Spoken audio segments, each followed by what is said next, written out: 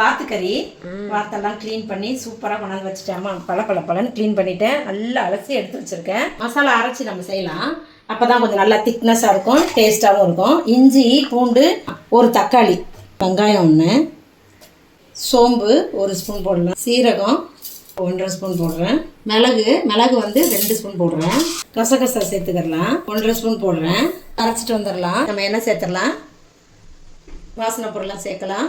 இது பிரிஞ்சி இலை 1 3, கல்பாசி, பட்டை 2, சோம்பு கொஞ்சமாக, 2 வெங்காயம். அவசர அவசரமாக செய்கிற குழம்பு தான் டேஸ்ட்டாக இருக்குன்னு சொல்லுவாங்க. அப்படி தான் அவசர அவசரமாக செஞ்சுருவோம். அப்படியே கையில் எடுத்து போனேன். நல்லா திக்காக வருங்கெல்லாம் போட்டு இப்படி போட்டு அரைச்சி போட்டோம்னா குழம்பு சூப்பராக இருக்கும். நல்லா எண்ணெய் பிரிகிற அளவுக்கு வதக்கி விட்டுலாம். நீ ஒன்று போடணுமா? போடு, எல்லாம் கலந்து செய்வோம்.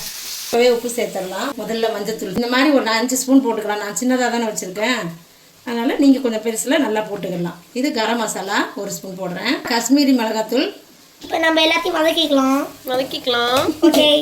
எனக்கு கிண்டல் பண்ணுறியா நீ? வாத்துக்கறியை சேர்த்துடலாம். சிக்கன் நம்ம இது சாண்டிக்கு எல்லாமே சிக்கனாக. 1 லெக் பீஸ், 2 லெக் பீஸ்